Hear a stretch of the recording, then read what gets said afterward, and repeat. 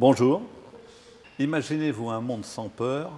Si oui, quel serait-il? Alors non, moi j'imagine pas un monde sans peur, parce que je pense qu'il y a deux types de peur. Il y a une peur, je dirais, raisonnée, celle qu'il faut avoir avant de se lancer dans tout et n'importe quoi, avant de faire un certain nombre de choses qui peuvent être inquiétantes. Et donc cette peur-là, elle permet de réfléchir.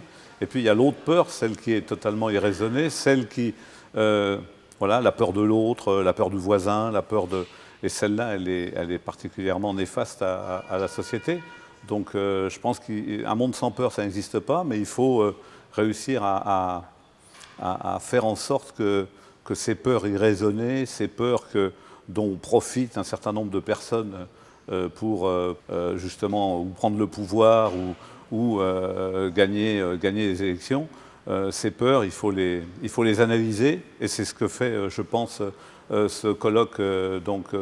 Et c'est très bien, il faut les analyser parce que sinon, on va vers des sociétés qui seront peut-être sans peur, mais qui seront terriblement, qui seront horribles. Et là, on aura, je pense, à ce moment-là, un monde sans peur. Moi, je ne l'imagine pas, hein, c'est pas possible. Donc, quel serait-il? Je ne sais pas. Un monde sans peur sera un monde de bisounours? Je ne sais pas. Moi, je pense que c'est absolument impossible avec la nature humaine. À titre personnel, où situez-vous la limite entre la peur qui empêche et celle qui fait agir? C'est un peu ça. La peur qui fait agir, c'est une bonne peur, je dirais.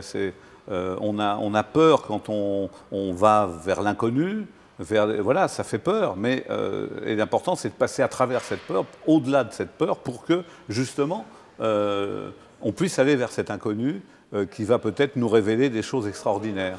Voilà. Après, il y a cette peur que je reprends irraisonnée, qui est celle qui empêche de faire agir et qu'il faut réussir à analyser pour passer par-delà cette peur qui vous empêche de faire quoi que ce soit.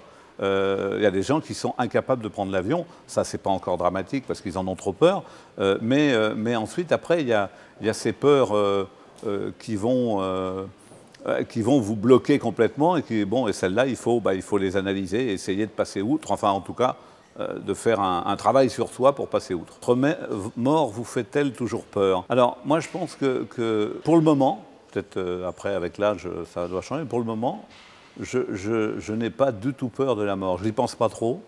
Et quand j'y pense pas avec une notion de peur, peut-être parce que je me dis que j'ai encore pas mal d'années devant moi, enfin j'espère. Et puis voilà. Mais non, moi alors là, pour le moment, c'est pas que j'ai pas peur de la mort. Je pense que face à la mort, face à un moment où tout d'un coup je me dirais, ça y est, c'est mes derniers instants, je paniquerais peut-être complètement et j'aurais très peur. Mais là, assis sur un fauteuil, à penser à ma mort, c'est quelque chose de tellement abstrait pour moi que je n'ai pas peur. Merci à vous.